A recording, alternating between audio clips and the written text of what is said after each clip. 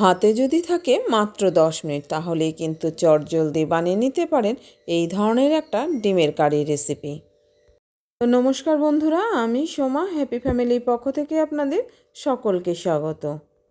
আজ আমি আপনাদের সঙ্গে শেয়ার করব খুব কম সময়ে কিভাবে একটা ডিমের কারি রেসিপি বানিয়ে নেওয়া যায়। ডিমের কারির এই রেসিপিটা খুবই কম সময়ে বানিয়ে নেওয়া যায় আর এটা খেতেও কিন্তু দুর্দান্ত হয়।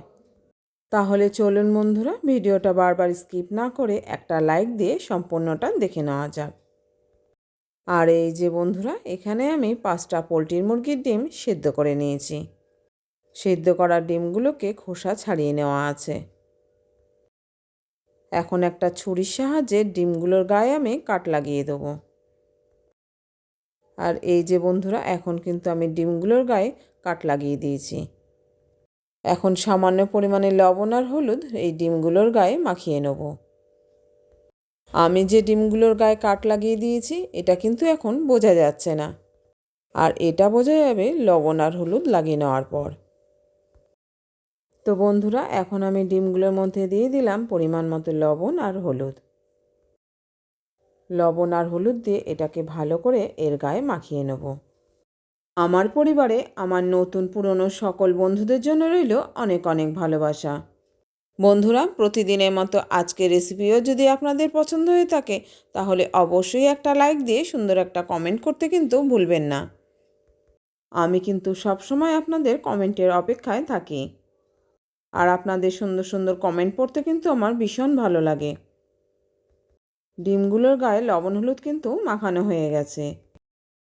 এবার গ্যাস ওভেনে আমি একটা কড়াই বসিয়ে দিয়েছি, ওভেনটাকেও অন করে নিলাম। কড়াইটাকে খুব ভালো করে গরম করে নিয়ে এখন এর মধ্যে আমি দিয়ে দিলাম পরিমাণ মতো সর্ষের তেল। এবার তেলটাকেও ভালো করে গরম করে নেব। তেলটা খুব ভালো গরম হয়ে গেছে। এবার আমি এক এক করে ডিমগুলোকে দিয়ে দেব গরম তেলের মধ্যে। এই যে বন্ধুরা, লবণ হলুদ মাখানো সবগুলো সেদ্ধ ডিমই আমি দিয়ে দিলাম গরম তেলের মধ্যে। এখন ডিমগুলোকে হালকা করে ভেজে নেব। ডিমগুলো খুব বেশি কড়া করে ভাজবো না, এগুলোকে আমি হালকা করে ভেজে নেব। আর যত সময় ডিম ভেজে নেব এদিকে আমি একটা পেঁয়াজ আদা রসুনের পেস্ট তৈরি করে নেব। এই মিক্সি জারের মধ্যে পেঁয়াজ আদা রসুন ও কতগুলো গাছপাকা লঙ্কা রয়েছে, এগুলোকে আমি পেস্ট করে নিলাম।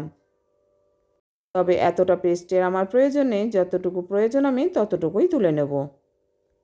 আর এদিকে কিন্তু ডিমগুলোও ভাজা হয়ে গেছে। ভাজা ডিমগুলোকে আমি তুলে নিলাম অন্য পাত্রে।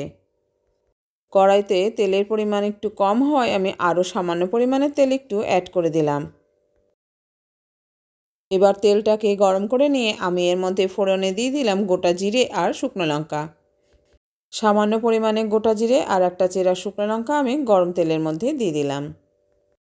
এবার এটাকে একটু নেড়েচেড়ে নিয়ে আমি এর মধ্যে দিয়ে দেবো পেঁয়াজ আদা রসুনের পেস্ট। আর এই মিক্সি জার থেকে 4 চামচের 3 চামচ পেস্ট আমি নিয়ে দিয়ে দিলাম গরম তেলের মধ্যে। 5টা ডিমের জন্য 4 চামচের 3 চামচ পেঁয়াজ আদা রসুনের পেস্ট যথেষ্ট।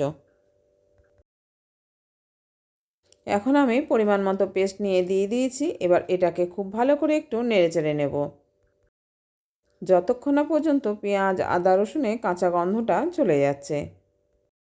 এই রকম ডিমের কারি গরম ভাত কিংবা রুটি পরোটার সাথে দারুণ লাগে খেতে। হাতে সময় কম থাকলে খুব সহজেই কিন্তু এটাকে বানিয়ে নেওয়া যায়। আর এটা বানানোর জন্য ঘরে থাকা উপকরণই যথেষ্ট। আর এই যে বন্ধুরা, আপনাদের সঙ্গে কথা বলতে বলতে পেঁয়াজ আদা রসুনের পেস্টটি কিন্তু আমার খুব ভালো করে ভাজা হয়ে গেছে। এখন আমি এর মধ্যে দিয়ে দেবো গুঁড়ো মশলাগুলোকে। এখানে আমি আমার মশলা ছোটো চামচের 1 চামচ করে দিয়ে দিলাম জিরের গুঁড়ো আর ধনের গুঁড়ো। আর গাছের পাকা লঙ্কা আমি পেস্টে ব্যবহার করেছি দেখে এখন আর গুঁড়ো লঙ্কা দিলাম না। আর আপনারা চাইলে এখানে কিন্তু ঝাল লঙ্কার গুঁড়ো ব্যবহার করতে পারেন। গুঁড়ো মশলাটা দিয়ে পেঁয়াজ আদা রসুনের পেস্টটিকে আরও একটু নেড়েচেড়ে নিলাম। একটু সময় নেড়েচেড়ে নেওয়ার পর এবার আমি দিয়ে দিলাম খুবই সামান্য পরিমাণে জল। এখন জল দিয়ে এটাকে খুব ভালো করে কষিয়ে নেব। আর আমি কিন্তু বন্ধুরা এর মধ্যে এখনও হলুদ অ্যাড করিনি। এবার দিয়ে দিলাম পরিমাণ মতো হলুদ। আর হলুদ দেওয়ার পর আবারও এটাকে ভালো করে নেড়েচেড়ে কষিয়ে নেব। ডিমের রেসিপি তো আপনারা অনেকেই অনেক রকম করে খেয়েছেন, তবে এইভাবে যদি কোনো দিন না খেয়ে থাকেন, আমার অনুরোধ রইল অবশ্যই এইভাবে একদিন ট্রাই করে দেখবেন। আশা করি সকলেরই ভালো লাগবে। হঠাৎ করে যদি বাড়িতে অতিথির আগমন হয়, তাহলেও কিন্তু চটজলদি এই রেসিপিটা বানিয়ে নিতে পারেন শুধুমাত্র ঘরে থাকা ডিম দিয়েই। আর এখন কিন্তু আমার মশলাটা খুব ভালোভাবে কষানো হয়ে গেছে। এই যে লক্ষ্য করুন বন্ধুরা, আমি তো খুব বেশি পরিমাণে তেল ইউজ করি না, তাই এটা দেখেই বুঝে নিতে হবে এটা কষানো হয়ে গেছে। রান্নার সময় যদি বেশি পরিমাণে তেল ইউজ করা হয়, তখন কিন্তু মশলার গা দিয়েই তেল ছেড়ে দেয়। তখন সেটা দেখে বোঝা যায় ওটা কষানো হয়ে গেছে। কিন্তু রান্নায় যদি তেলের পরিমাণ কম থাকে, তখন নিজেকে সেটা এইভাবেই বুঝে নিতে হয়। মশলাটা কষানো হয়ে গিয়েছিল, এখন কিন্তু আমি দিয়ে দিয়েছি পরিমাণ মতো জল। এবার আমি ভাজা ডিমগুলোকে দিয়ে দিলাম। ভেজে রাখা সবগুলো ডিমই আমি খুব সাবধানে জলের মধ্যে দিয়ে দিলাম। এবার এটাকে একটু নেড়েচেড়ে নিয়ে আমি এর মধ্যে দিয়ে দেবো পরিমাণ মতো লবণ। এই যে বন্ধুরা, পরিমাণ মতো লবণ আমি দিয়ে দিলাম। এখন কড়াইয়ের ঢাকাটা চাপা দিয়ে এটাকে খুব ভালো করে ফুটিয়ে নিতে হবে। কড়াইয়ের ঢাকা চাপা দিয়ে আমি 5 থেকে 7 মিনিট মতো খুব ভালো করে ফুটিয়ে নিয়েছি। 5-7 মিনিট পর ঢাকাটা আমি খুলে নিলাম। আর ঢাকা খুলে একটু নেড়েচেড়ে নিয়ে ঝোলের লবণের পরিমাণটা আমি চেক করে নিলাম।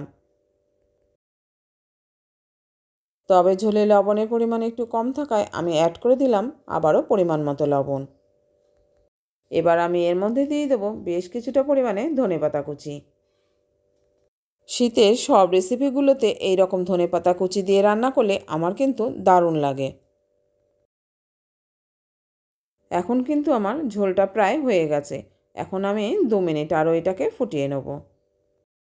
এবার আমি এর মধ্যে দিয়ে দিলাম খুব সামান্য পরিমাণে কয়েক দানা চিনি। আর এই চিনিটা দেওয়ার জন্য কিন্তু বন্ধুরা এর স্বাদটা দ্বিগুণ বেড়ে যায়।